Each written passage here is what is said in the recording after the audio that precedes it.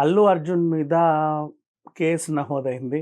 ఒక పోలీస్ స్టేషన్‌లో. పెట్టిన వాళ్ళెవరు అంటే గ్రీన్ పీస్ కంపెనీ వాళ్ళు. వీళ్ళ గురించి మాట్లాడుకుంటే పర్యావరణ పరిరక్షణ గురించి మంచి మంచి కార్యక్రమాలన్నీ చేస్తా ఉంటారు. వాటి గురించి పోరాడుతా ఉంటారు. కాలుష్యం గురించి మాట్లాడతారు.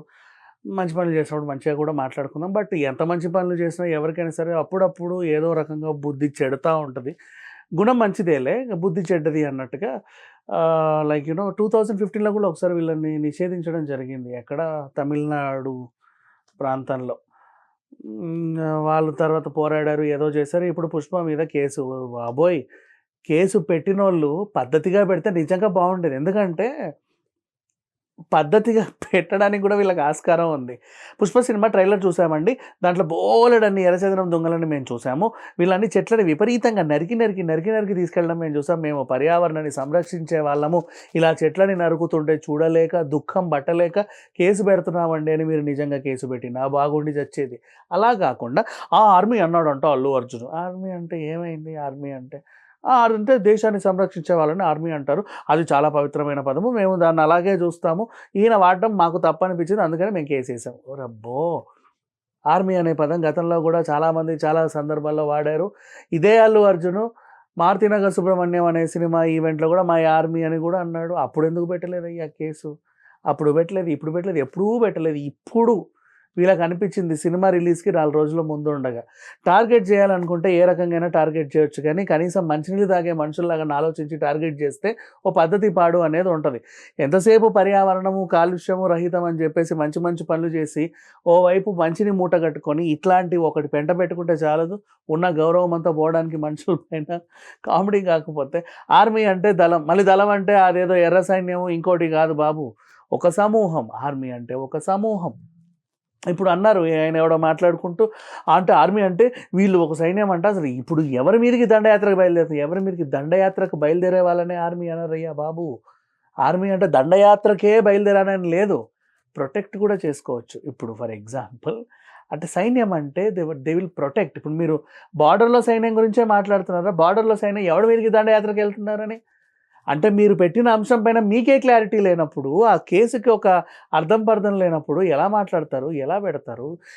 ఏ అర్హతతో మాట్లాడతారు? ఏ తలకాయలు మాట్లాడుతున్నాయి? నరం లేని నాలుకలు ఎందుకు వాగుతున్నాయి? అవసరం ఏంటని? 'పుష్ప' సినిమాని డ్యామేజ్ చేయడం మా వృత్తి. మేము అందుకే వచ్చాము అని చెప్పుకు చచ్చినా బావుండేది. అరెరెరెరె! వీళ్ళు డ్యామేజ్ చేస్తారంట అని సవాల్ విసిరేవాళ్ళు అవతల వాళ్ళ ఫ్యాన్స్ మీకు. ఏమని? చూజ్ చేసుకోండిరా ఎంత డ్యామేజ్ చేస్తారో చేసుకోండి. మేమేంటో కూడా మేము నిరూపిస్తామని చాలా బాగుండేది ఆ ఫైట్ కూడా. లేదు, లేదు, లేదు మేము కేసు పెట్టాలనుకున్నామని నిజంగా మీకు అనిపిస్తే నేనే ఇస్తున్న సలహా. చెట్లను నరకడం మేము చూసామండి ఆ విజువల్స్ మాకది నచ్చలేదని మీరు కేసు పెడితే వాళ్ళు కూడా వచ్చి ఏమంటారు?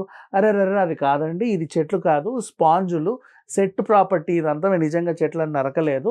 సినిమాలో భాగంగా ఎర్రచందనం దొంగల్ని మేము ఈ విధంగా ఎంచుకున్నామే తప్ప మా షూటింగ్ జరిగే పరిసరాల్లో గూడా ఎక్కడా మేము ఏ చెట్టుని ధ్వంసం చేయలేదని వాళ్ళు గూడా కొన్ని సమర్పించుకొని మీరిద్దరు హ్యాపీగా కొట్లాడుకోవచ్చు. ఎంత బావుంటది ఈ కొట్లాట. చాలా సంతోషంగా ఉంటది. ఇది గాకుండా ఆర్మీ అంటే కేసు పెట్టావా? అబ్బే! ఇండియన్ ఆర్మీకి గూడా తేడా తెలియకుండా బతికేసేవాళ్ళు కేసు పెడుతున్నారు. నెక్స్ట్ ఆర్మీ అంటే దండయాత్రకెళ్తది అని భావించే వాళ్ళు కేసు పెట్టారు. ఆర్మీ అంటే దండయాత్రకి వెళ్లరు. ఆర్మీ ప్రొటెక్ట్ చేస్తది. కవచంలా ప్రొటెక్ట్ చేస్తది. That is army. ఇప్పుడెందుకో మనిషికో, ఒక వ్యవస్థకో, ఒక వస్తువుకో, ఒక చెట్టుకో, పుట్టకో, కుక్కకో, దేనికో ఆర్మీ అని ఎందుకు పెట్టుకుంటారు అంటే దాన్ని సంరక్షించుకుంటారు. ఒక అంశానికో ఎవరైనా సరే ఆ అంశం మీద దండయాత్రకొస్తే వీళ్ళు ప్రొటెక్ట్ చేశారు. ఇది కాదు, అది మంచి, ఇది చెడు అని. ఎవరైనా ఇప్పుడు for example 'Allu Arjun' army గురించే మాట్లాడదాం. వేరే వేరే ఎగ్జాంపుల్స్ ఎందుకు మనకి ఇప్పుడు అవసరం ఏముంది. 'అల్లు అర్జున్' ఆర్మీ. అల్లు అర్జున్‌ని టార్గెట్ చేసి ఎవడైనా సోషల్ మీడియాలో విచ్చలవిడిగా పోస్టులు పెడితే, ఈ ఆర్మీ అనే వాళ్ళెళ్లి వాళ్ళతో ప్రొటెక్ట్ చేసుకుంటారు. అల్లు అర్జున్ ఆ పోస్ట్ తీయించడమో, లేకపోతే వాళ్ళ పోస్ట్‌కి వీళ్ళు రీకౌంటర్ ఇవ్వడమో. మీరన్న దండయాత్ర సోషల్ మీడియాలో అయిద్దా? ఎవడెవడిని నరుక్కోడు, ఎవడేమి చేయడు. అంత కామన్ సెన్స్ కూడా లేకుండా వస్తారు, కేసులు పెడతారు, ఎఫ్ఐఆర్‌లు నమోదు చేస్తారు. ఏంటో బాబోయ్! వీళ్ళ గురించి మాట్లాడుకోవడం కూడా వేస్ట్. ఇక అసలు విషయానికొస్తే 'పుష్పాని' డ్యామేజ్ చేయడానికి విచ్చలవిడిగా ఎవడు పడితే వాడు ఎక్కడ పడితే అక్కడ ఎన్ని రకాలుగైన కేసులు పెట్టుకోవచ్చు. కానీ 'పుష్పాని' డ్యామేజ్ చేసే అంత శక్తి గానీ, ఇది గానీ ఎవరి దగ్గర లేదు. 100% ఇది. ఎందుకంటే 'పుష్పాని' డ్యామేజ్ చేయాలంటే పుష్పే చేసుకోవాలి. అంతే. కానీ ఎవరు గూడా ఏమీ జేయలేరు 'పుష్పని'. అది మాత్రం గుర్తుపెట్టుకోండి. ఇకపోతే పైరసీ. 'పుష్పకనే' కాదు చాలా సినిమాలకి పైరసీ గురించి ఒక భయం అనేది ఉంటది. ఎందుకంటే ప్రొడ్యూసర్ కొన్ని కోట్లు పెట్టి సినిమా తీస్తున్నప్పుడు పైరసీ అనే ఒక భూతం అతన్ని భూస్థాపితం జేసేస్తది. అందుకని జెప్పేసి ఎందుకంటే 3 రోజులు, 4 రోజుల్లో ప్రింట్లు బయటికొచ్చేస్తున్నాయి. పిచ్చి ప్రింట్‌లే. మంచియి జూడాలంటే థియేటర్‌కెళ్ళే వాళ్ళున్నారు గానీ, ఎంత పిచ్చి ప్రింట్లైనా అసలు ఈ సినిమా ఏంటో చూడ్డానికి చూసేవాళ్ళు గూడా కొంతమందుంటారు గదా! సో, ఈ రకంగా పైరసీని అరికట్టడానికంటే మనం తీసుకునే నిర్ణయాలు పెద్దగా ఏమి ఉండవు.